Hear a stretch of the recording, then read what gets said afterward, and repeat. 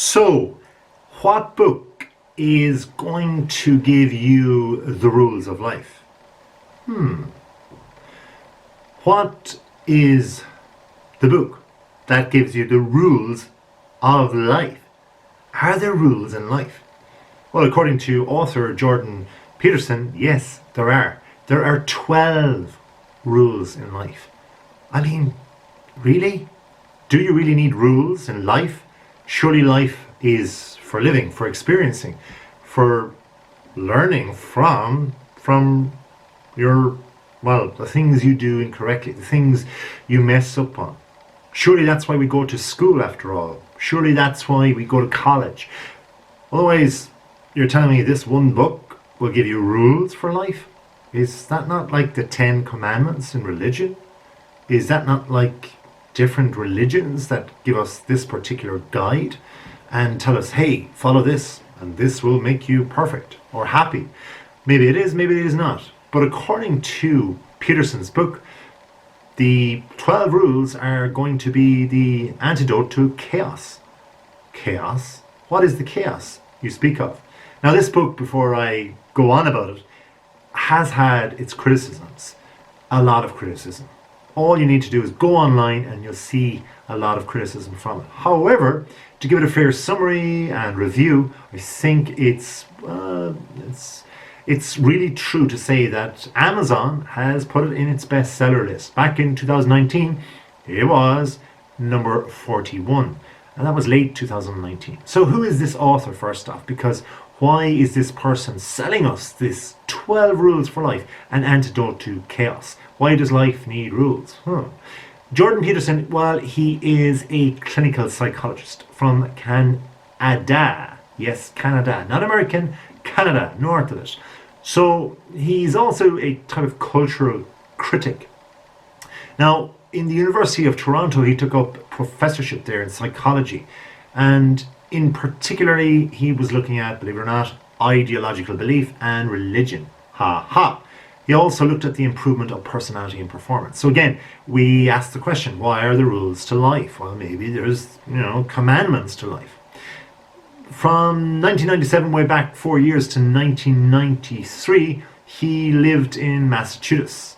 And he was teaching and doing research in Harvard University. Now, this is a wonderful university, world-renowned in the psychological type of area. So Peterson may indeed know his stuff or something about it. And he was also associate professor in the psychology department back then in the late 1990s. Here he looked at aggression from alcohol and drug abuse. And in fact, a number of, thesis proposals that were a bit unconventional were supervised by Peterson. Now, perhaps, I say, perhaps, this is where some of the criticism of his work comes from. Now, after this, he went to Canada, and there he became, as said, the professor at the University of Toronto. Now, the fantastic Routledge publishers, they went back in 1999 and published his Maps of Meaning. This is the architecture of belief. This book took Peterson 13, believe it or not, 13 years to complete. Perhaps if he took the 12 rules of life, he wouldn't have had such chaos to the unlucky 13 years he spent writing the book. And it was described, that particular book, as a comprehensive theory for how we construct meaning.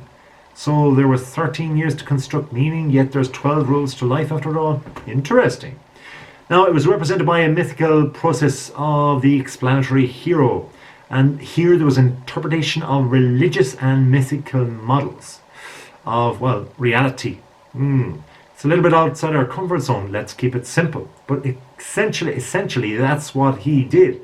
He tried to simplify it all into 12 rules for life.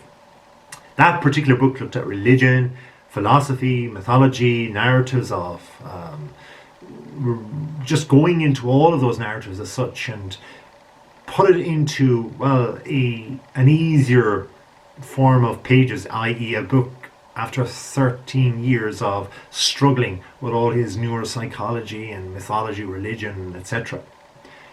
His goal was to, essentially look at people individually and not just as groups, but to look at their social conflict. And then the people to path these individuals, or the paths they took more so, to take them and look at the results and how they kind of got on afterwards. He was interested in things like the Rwandan genocide, which is a horrible atrocity, the Auschwitz concentration camps, and places like that.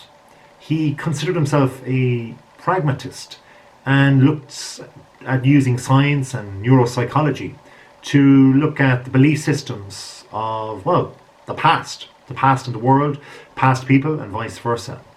So this is where his book, his great book, his bestseller on Amazon, this is the type of tinting of, I suppose, criticisms, but also complimentary type of reviews were given to him for the 12 Rules of Life. Now, we'll get to the rules in a few moments, but in 2004, he was part of a 13-part TV series based on the book, his book, The Maps of Meaning. So worth checking that one out if you indeed agree with what he was saying. Now, he had many colleagues that were well known as well, and his authoring was, indeed it was said in 2017 that his project was of great significance, of psychological significance with biblical times. And it was the 12 Rules of Life even, an antidote to chaos, that brought a lot of, shall we say, heat to his name. Now, it became the #1 national, believe it or not, bestseller, and internationally a bestseller also. We looked at essentially his things from the point of view of what are these rules? Because I like to get into the nitty gritty of things. I don't like to be going around the block too much. But it's really important to look at Peterson's critics and criticisms. So what are the 12 rules? I mean, this is why we have to take it with a pinch of salt, or do we? Well, there's a lot of, as I said, people who are saying, well, this is a wonderful book. So let's get jumping right into it. Rule #1, stand up straight with your shoulders back. Seriously? Is that it? Well, according to Peterson, our subconscious brain is constantly looking around the environment to figure out the hierarchy of society. So we need to look at people and see how they respond in a positive manner, and look for the direction that it gives us within our brains. Now, he mentioned serotonin and things like this, rather than going too tough or really intensely into it and getting too neurological with stuff. We'll keep it simple, because he looks at action steps, and he reckons that because people are, everyone is looking at, everybody else to access their place in the world, then a person needs to use this to their or your advantage. Now, in order to do this, you have to do is stand up straight with your shoulders back. You have to be very confident and address your posture. Now, when this happens, when this occurs, you start to treat, life starts to treat you better. And then there's brain chemicals that are released from this. Interesting. Rule #2 then. Treat yourself like someone you are responsible for helping. I'll say it again. Treat yourself like someone you are responsible for helping. Now, many people are kinder to their pets, it's said in this book, than themselves. Now, why have a pet if you're not going to be kind to yourself in the first place? The mind boggles. But according to this book, you need to treat yourself like someone you are responsible for helping. Get your head around that one. Moving on then, he puts this into an action step, and one of them is to begin by writing down your values and principles, and then try to stick to them. Now, that's a fair enough bit of advice, but again, it needs to be stuck to. Rule #3 of 12, make friends with people who, want the best for you. That's fair enough. It's similar to being positive and hanging around with, positive people. Why be with negative people? He says, start by auditing your 10 closest friends. A bit analytical, your friends, auditing them, best of luck with that. #4, he says, compare yourself to and who you were yesterday, not to who someone else is today. Get your head around that one. So, what you were yesterday, but not who someone else is today. That in itself is interesting. Again, action step wise, just start comparing yourself to who you were yesterday. Presumably that's to improve. So we take it with a pinch of salt and we move on. Number 5. Do not let your children do anything that makes you dislike them.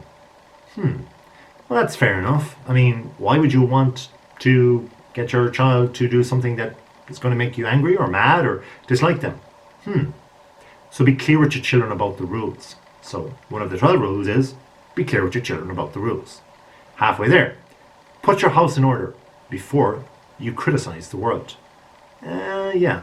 I hear a couple of old things coming back here, like people in glass houses shouldn't throw stones. That's essentially it. The 7th one is pursue what is meaningful, not what is expedient.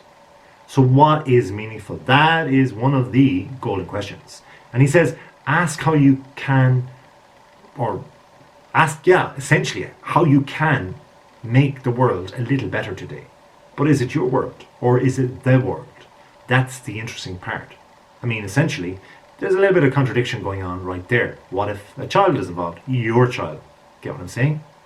Rule number 8, tell the truth, or at least don't lie. Now, there's huge wisdom behind this. And realistically, a lot of the old sayings, like I said, people in glass houses shouldn't throw stones, tell the truth. These just don't need to come from huge wisdom of one author like Peterson. These can come from many, many millions of years of wisdom from human beings. These have been written down before. And this is one of the major criticisms of his work, that he's rehashing old stuff. So he says, we may lie to avoid hurting others. And we all know that.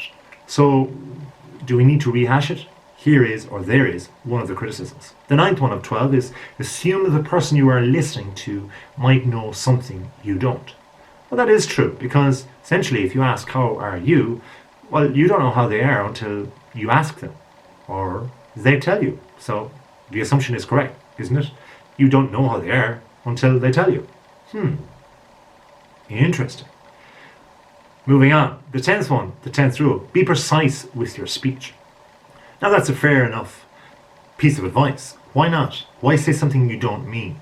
Be precise. And he says, if something is bothering you, get precise. And you know what? For sure, the world would be a better place if people were just essentially more honest.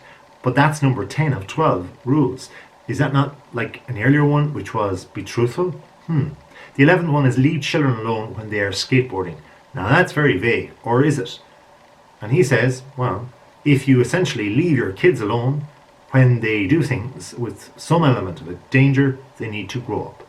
Well, that's good, because it's not exactly cotton wool parenting. It's not exactly just, being the helicopter parent. Let them live and learn from their mistakes. Lastly, he says, pet a cat when you encounter one on the street. Well, what about a dog, I say? What about another animal? Pet a cat, he says, buy a coffee, or maybe take a new route home from work. Be adventurous. Be grateful. There are some good tidbits of advice there for sure, but the best one I can give you is subscribe. So please subscribe if you haven't already, because if you do, you'll get great videos just like this. So thank you very much for watching, and until next time, have a wonderful day.